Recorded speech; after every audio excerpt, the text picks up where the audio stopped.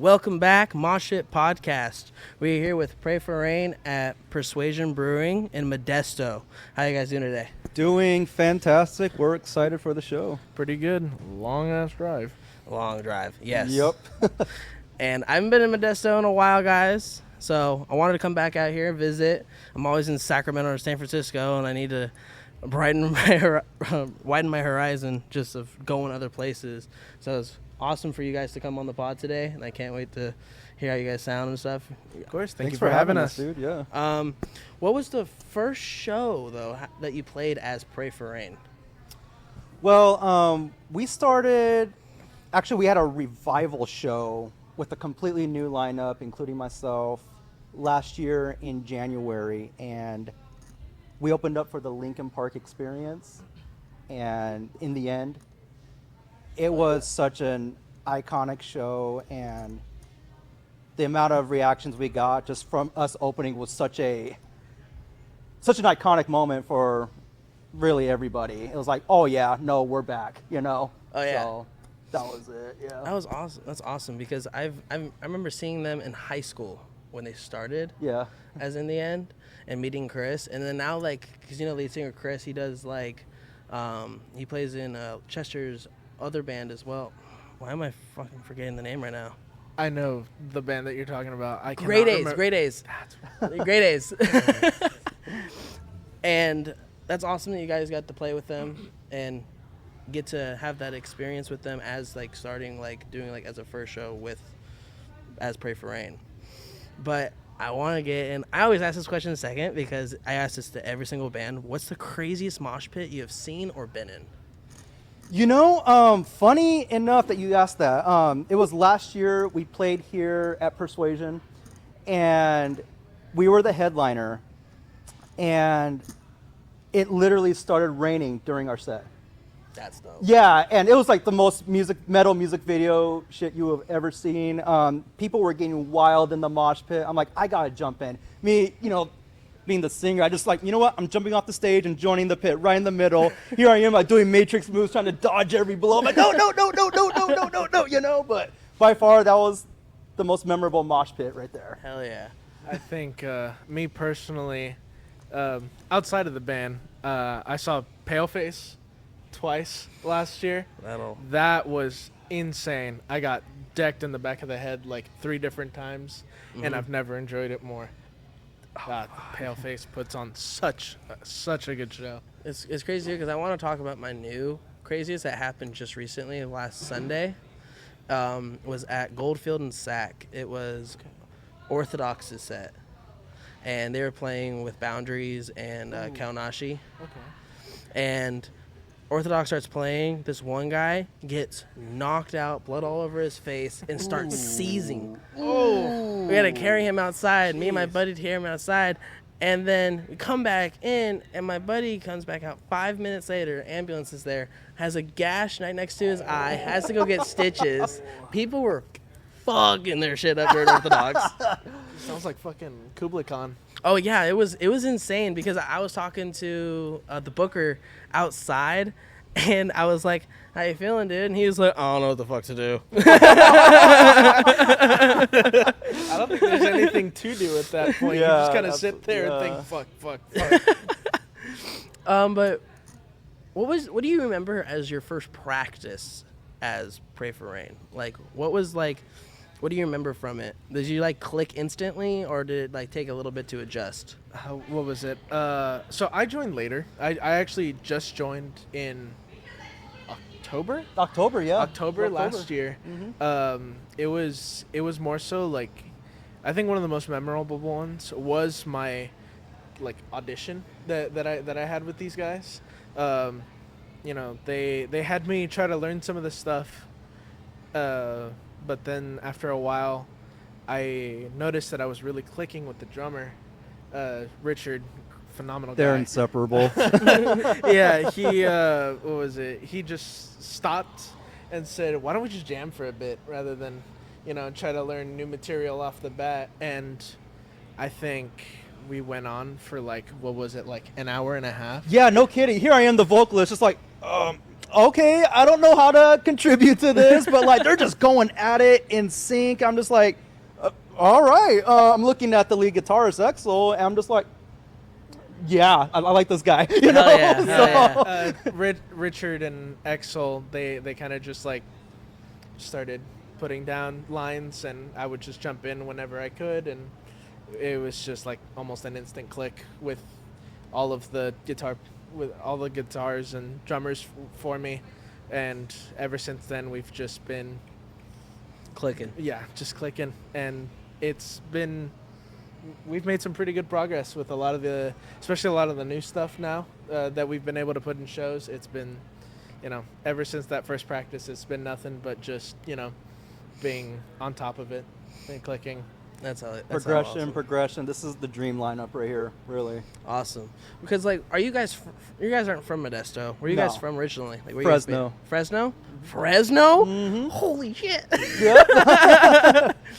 Yeah, we gotta get you out in the sax scene, because the sax scene's as good, or I'm not gonna say better, because I don't know the Modesto scene as well, but sax scene is insane, and if you get close to the sax scene, you'll have bands that are locals that'll just show up to your show that aren't even playing. They'll just show up just to support you guys. I've heard good things about the sax scene. And it's insane, because it's all good things. But away from the music, though, what are your hobbies other than music? I'm a performer. See, it's a hard question, ain't it? It's a hard question because it makes you think. Well, the thing is, like, I'm going to school for, like, electrical systems technology. Like, I'm trying to do, like, electrician work and engineering work. So, for me, music is my hobby. Oh, awesome. Yeah, awesome. It's also where all my money goes. I'm in severe. He's not lying. I'm in severe debt. How about you, though? So, aside from music, that's a common passion right there. My girlfriend and I, we love just traveling California, going to these exotic locations, really. Like, back in 2019, we went to New Orleans, and we went on all these, like, interesting tours, like the Vampire Tour, all that stuff.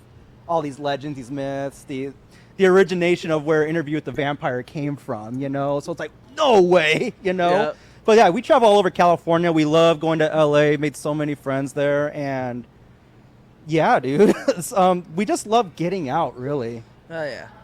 I got some people out in LA that I think you guys could click with very well, because of just how your guys' style is. Because, I mean, one, not many people like to take the chance of wearing masks anymore.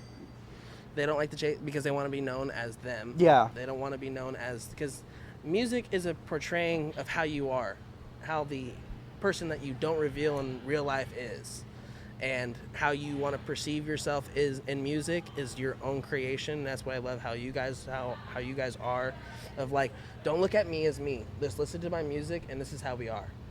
And that's what I love. Oh, appreciate it, dude. What this is a new question I thought of while I was hella high. What what would 10-year-old you think of you doing this stuff right now? He'd be terrified of me. Absolutely terrified. He'd say, how the fuck did you get here? Yep. I was I hadn't even picked up a guitar until like 3 years ago. I used to play trombone. Oh shit. And tuba, yeah. And then I actually just recently got into metal about like 4 or 5 years ago. It wasn't until a little after where I said, fuck, I kind of want to play guitar. Yeah. But I ended up going with bass because I've always been on the low end of instruments. So I said, fuck it. Hell yeah. Keep on that. Yeah. We need more good bass players. Cause like, what was the first show you ever went to? Like that got you, like that made you feel like I want to be on stage. That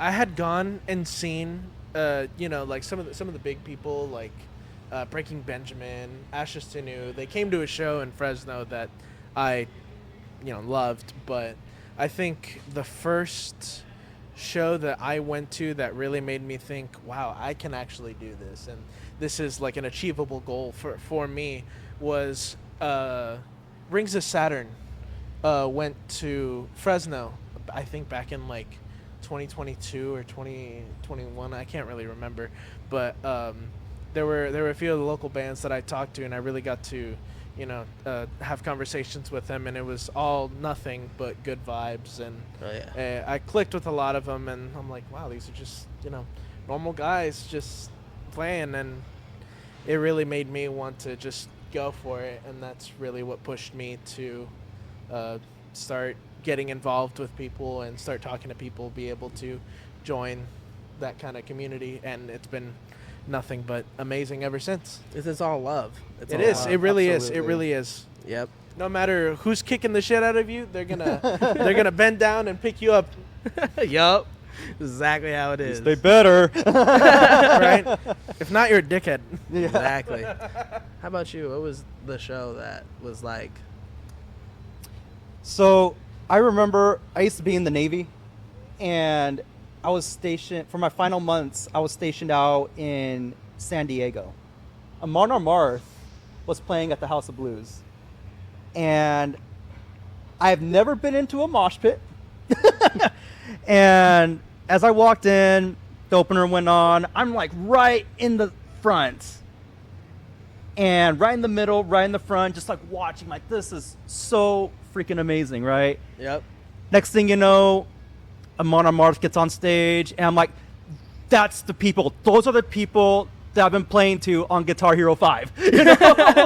Twilight the Thunder God, And as soon as they started playing, the pit just went whoop. And I was like, oh my God, I'm stuck in this position right here because I cannot move my arm. I'm like, oh my God, what's going on? This is crazy. And this huge dude, right?